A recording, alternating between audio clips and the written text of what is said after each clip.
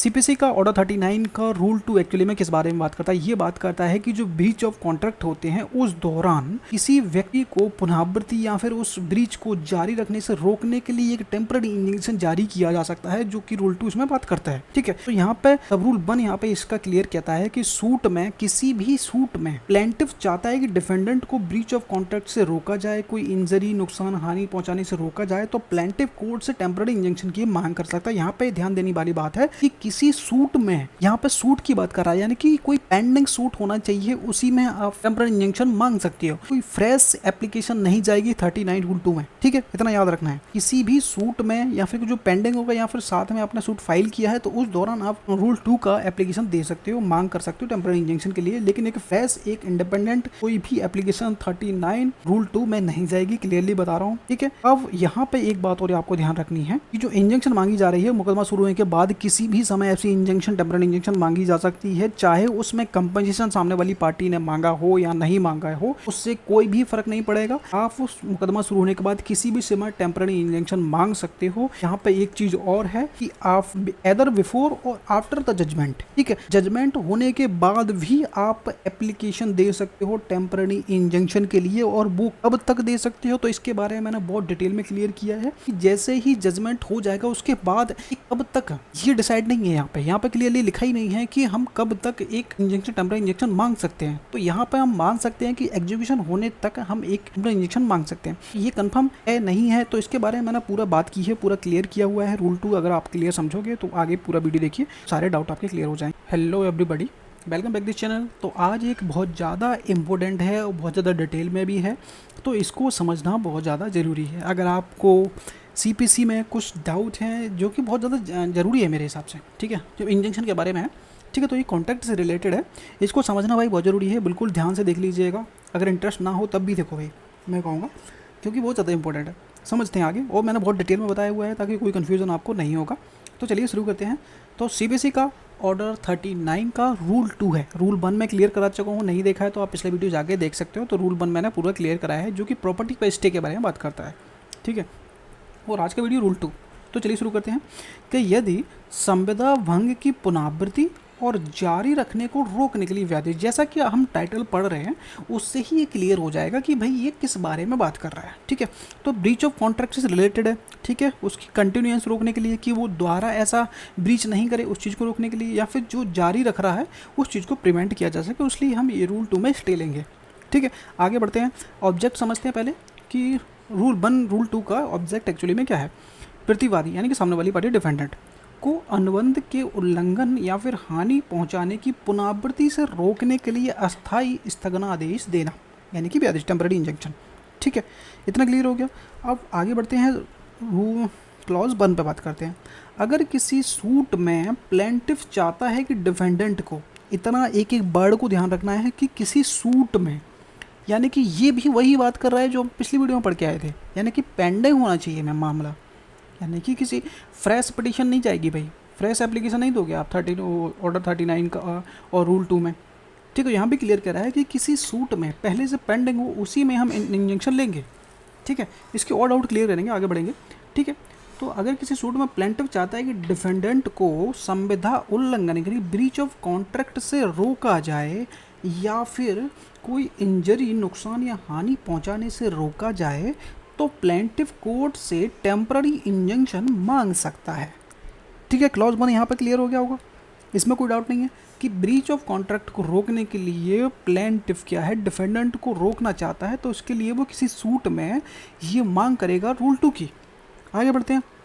यह इंजंक्शन मांगी जा सकती है मुकदमा शुरू होने के बाद कभी भी, जैसे ही आपका सिविल सूट फाइल हो जाएगा उसके बाद आप कभी भी एनी टाइम आप इंजंक्शन मांग सकते हो रूल 2 में, ठीक है। इतना डाउट रखना, ये आपके भाई ओटी में पूछ सकते हैं, ऑब्जेक्टिव टाइप क्वेश्चन होंगे, उसमें पूछा जा सकता है एग्जाम में, तो इन चीज़ों को बहुत ध्यान से देखना, ठीक है। चाहे मुकदमे में कंपनसेशन मांगा गया हो या नहीं मांगा गया हो, इस चीज़ को मैं और बताऊंगा डिटेल में, वो आगे देखेंगे, ठीक है। तो इससे कोई फ़र्क नहीं पड़ेगा हमें कि आपने कंपनसेशन मांगा है या नहीं मांगा है, उससे कोई फ़र्क नहीं पड़ेगा। और चाहे मुकदमा का फैसला हो चुका हो या नहीं हुआ हो, इस चीज़ को मैं और ज़्यादा क्लियर करूँगा। पहले हम इस कंपनसेशन वाले पॉइंट को समझते हैं कि whether compensation is claimed in the suit और नॉट का मतलब क्या है कि वादी ने सूट में क्षतिपूर्ति कंपनसेशन डैमेज की मांग की हो या नहीं की हो, इससे उसकी टेम्पररी इंजंक्शन प्राप्त करने की जो पात्रता है प्रभावित नहीं होगी।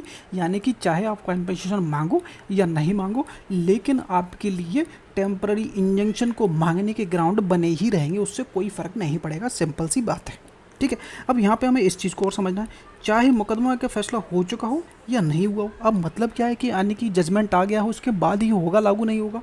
तो उसके लिए मैंने थोड़ा और यहाँ पे लिख के रखा है ताकि सारे डाउट क्लियर हो जाएंगे कि after the commencement of the suit, यानी कि सूट फाइल हो जाने के बाद किसी भी समय एट एनी टाइम।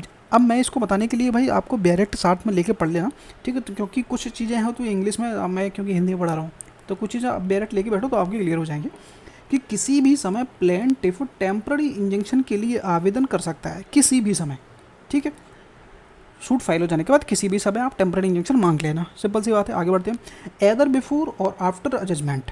अब मतलब समझो कि प्लेंटिव निर्णय से पहले, यानी कि जजमेंट होने से पहले इंजंक्शन मांग सकता है, सिंपल सी बात है, या निर्णय सुनाए जाने के बाद भी यदि परिस्थितियां आवश्यक बताती हों टेम्पररी इंजंक्शन की मांग कर सकते हैं आफ्टर जजमेंट। यानी कि जजमेंट आ जाने के बाद भी हम टेम्पररी इंजंक्शन मांग सकते हैं। इसको और समझना पड़ेगा कि आफ्टर जजमेंट कब तक, मतलब केस खत्म हो गया उसके बाद तो कब तक हम टेम्पररी इंजंक्शन मांग सकते हैं। तो उसका मैं थोड़ा एक नोट बनाया है, वो भी देखते हैं, ठीक है। तो रूल 2 में प्रयुक्त शब्द एदर बिफोर और आफ्टर जजमेंट यह दर्शाते हैं कि जजमेंट प्रोनाउंस हो जाने के बाद इंजंक्शन की शक्ति समाप्त नहीं होती। यानी कि जजमेंट जैसे ही प्रोनाउंस हो जाएगा उसके बाद इंजंक्शन जारी करने की जो पावर है कोर्ट के पास बनी रहेगी, समाप्त नहीं होगी।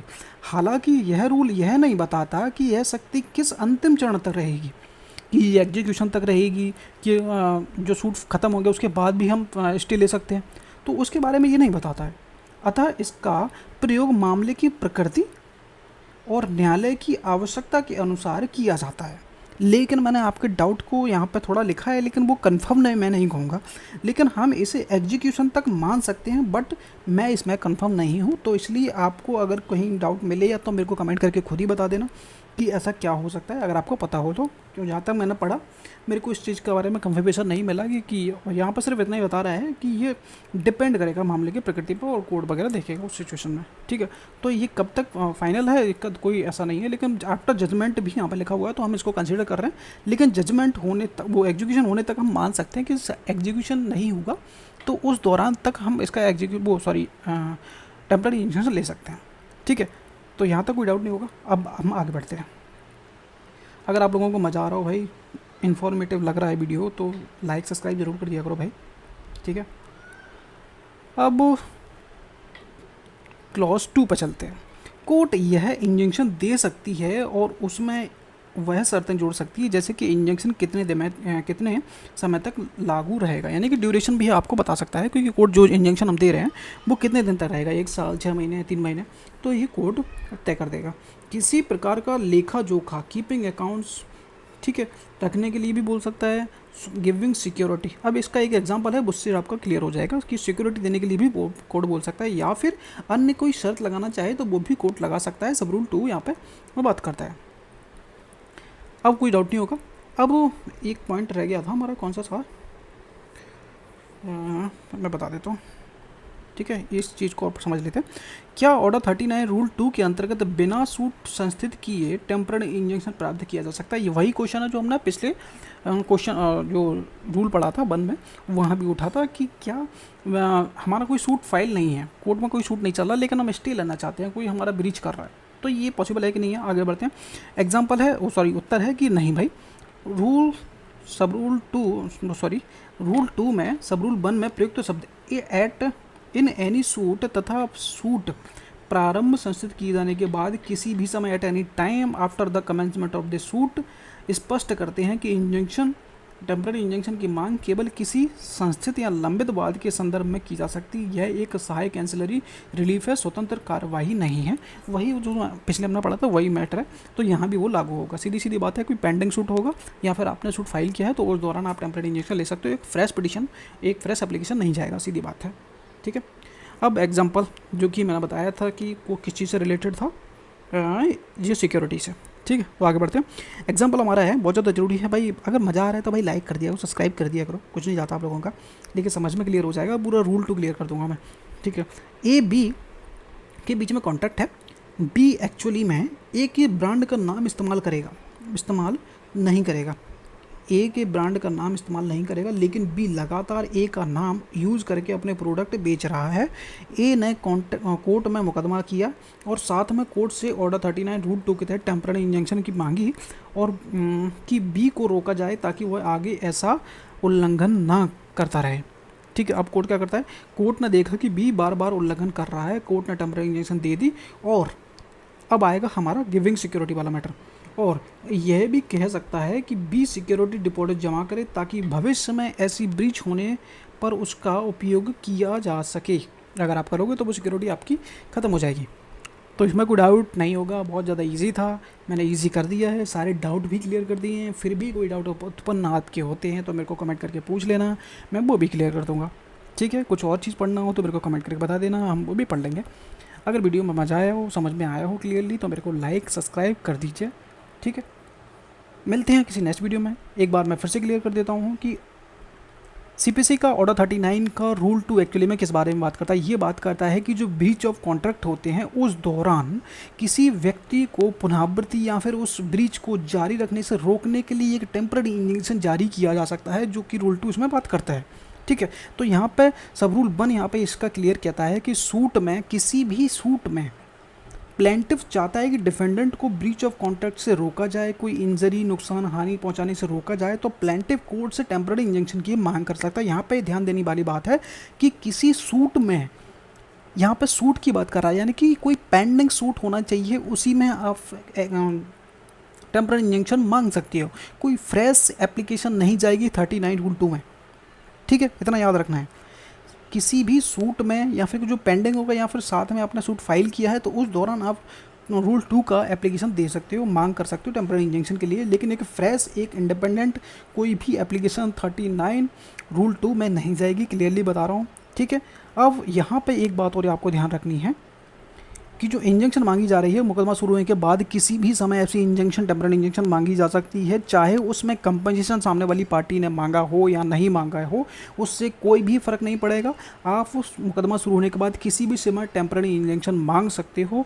यहाँ पे एक चीज़ और है कि एदर बिफोर और आफ्टर द जजमेंट, ठीक है, जजमेंट होने के बाद भी आप एप्लीकेशन दे सकते हो टेम्पररी इंजंक्शन के लिए, और वो कब तक दे सकते हो, तो इसके बारे में मैंने बहुत डिटेल में क्लियर किया है कि जैसे ही जजमेंट हो जाएगा उसके बाद ये कब तक, ये डिसाइड नहीं है। यहाँ पे क्लियरली लिखा ही नहीं है कि हम कब तक एक इंजेक्शन, टेम्पररी इंजेक्शन मांग सकते हैं। तो यहाँ पे हम मान सकते हैं कि एग्जीक्यूशन होने तक हम एक टेम्पररी इंजेक्शन मांग सकते हैं।